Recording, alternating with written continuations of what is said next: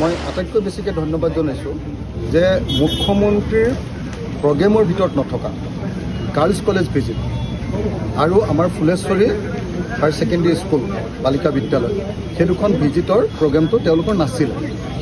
মই তেখেতক আজি ৰাতিপুৱা ৰিকুৱেষ্ট কৰিলোঁ যে আপুনি মোৰ লগত ফুলেশ্বৰী স্কুললৈ যাব লাগিব আৰু গাৰ্লছ কলেজৰ ছায়েন্স ষ্ট্ৰীমটো এবাৰ আপুনি চাই আহিব লাগিব, ছায়েন্স ডিপাৰ্টমেণ্টখিনি।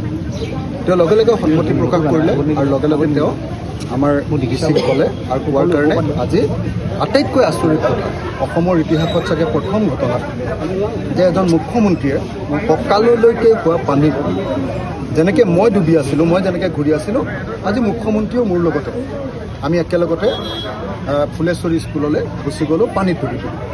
এইটো এটা খুব ভাল দিশ।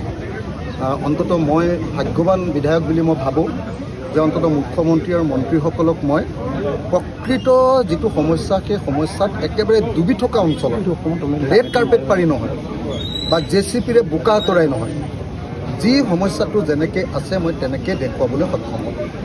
গতিকে অসমৰ মুখ্যমন্ত্ৰীক মই ধন্যবাদ জনাইছোঁ যে তেখেতে আমাৰ ফুলেশ্বৰী স্কুললৈ একদম কঁকালৰ সমান পানীত তেওঁ গুচি গৈছে, ক্লাছ ৰুম পৰীক্ষা কৰি আহিছে আৰু আমাৰ এতিয়াও গাৰ্লছ কলেজৰ আমাৰ শিৱসাগৰ গাৰ্লছ কলেজৰ যিটো হোষ্টেল সেই হোষ্টেলটো এতিয়াও ডুবি আছে। সেই হোষ্টেলটোৰ ভিতৰত গৈ তাৰ ৱাৰ্ডেনক মাত লগাই আহিছে। মই তেখেতক ধন্যবাদ জনাইছোঁ। তেখেতক মই যিটো কথা ক'লোঁ সেইটো হ'ল যে শিৱসাগৰখন বচাবৰ কাৰণে যমুনাখন অধিক দকৈ খান্দিব লাগিব। মই কৈছোঁ যে 10 কোটি টকাৰে কাম কৰি আছোঁ আৰু অলপ পইচা লাগিব, তেখেতে হ'ব বুলি কৈছে। তাৰ পাছত মই কৈছোঁ যে এই ৰাস্তাখিনি যমুনাৰ কিনাৰে কিনাৰে ফুলেশ্বৰী পাৰৰ যিখিনি ৰাস্তা সেই ৰাস্তাখিনি মথাৰ নিচিনাকৈ ওখ কৰি বনাই দিব লাগিব। তেওঁ নিজেও কৈছে যে এইটো মথাৰ নিচিনা কৰি দিব, মথাৰি বনাব পাৰি নেকি এনেকৈ ক'লে। মই নহয় দাদা এই ৰাস্তাটোকে আমি ওখ কৰিম, ক'লে তেতিয়াহ'লে হ'ব, মই এইটো কৰাই দিম। মোৰ দুখ আজি এটাই থাকিলে, আটাইতকৈ মোৰ সুখ এইটোৱে যে অসমৰ মুখ্যমন্ত্ৰীক মই আজি কঁকাললৈকে পানীত পৰা একদম ৰাস্তাইদি আৰু স্কুললৈ সুমুৱাই নি স্বচক্ষে নিজ হাতেৰে মই ধৰি লৈ গৈছোঁ তেখেতক হাতেৰে ধৰি লৈ গৈ তেখেত বহুত শক্তিশালী মানুহ দেই, এনেকুৱা এক্সপাৰ্ট মানে এনেকুৱা পানীত জঁপিয়াই যাব পৰা মুখ্যমন্ত্ৰী মই দেখাই নাই আগতে কেতিয়াও। এইটো বহুত ডাঙৰ কথা, এইটো মই একদম ক্ৰেডিট দিবই লাগিব। আৰু এইটো প্ৰথম ঘটনা ঘটিছে শিৱসাগৰত। গতিকে মোৰ কাৰণে এইটো এটা হিষ্ট্ৰী যে শিৱসাগৰৰ বানপানীৰ সময়ত অসমৰ মুখ্যমন্ত্ৰীয়ে কঁকাললৈকে পানী পৰা অৱস্থাত খোজকাঢ়ি গুচি গৈছে। এখন অসমৰ দ্বিতীয়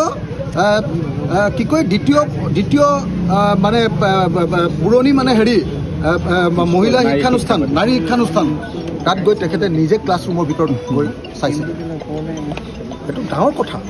আৰু গাৰ্লছ কলেজৰ এই যিটো হোষ্টেল, এই হোষ্টেলটো মই কৈছোঁ যে আপুনি বনাই দিবই লাগিব। তেখেতে কৈছে মই কৰি দিম।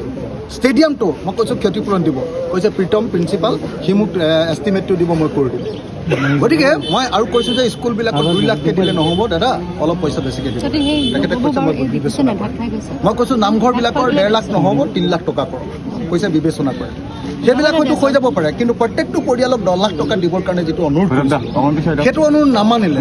লাষ্টত মই কৈছিলোঁ যে ফাৰ্ষ্ট ফেজত আপোনালোকে ফাৰ্ষ্ট কিস্তিত আপুনি 2 লাখ টকা দিয়ক, সেইটো তেখেতে নামানিলে। গতিকে এইটো মোৰ দুখ থাকি গ'ল।